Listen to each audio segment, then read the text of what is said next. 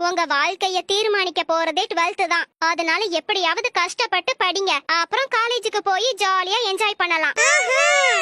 என்னடா காலேஜ்ல ஜாலியா இருக்கலாம்னு சொன்னாங்க, பார்த்தா அப்படி ஒண்ணும் தெரியலையே. Cycle test, coaching class, assignment, practical note, viva question, internal mark, semester arrear. ஜாலியே இல்லையேடா.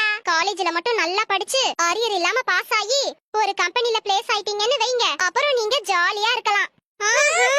மணி டைமுக்குள்ள வேலைய முடிக்க சொல்லி படுத்துறாங்கடா.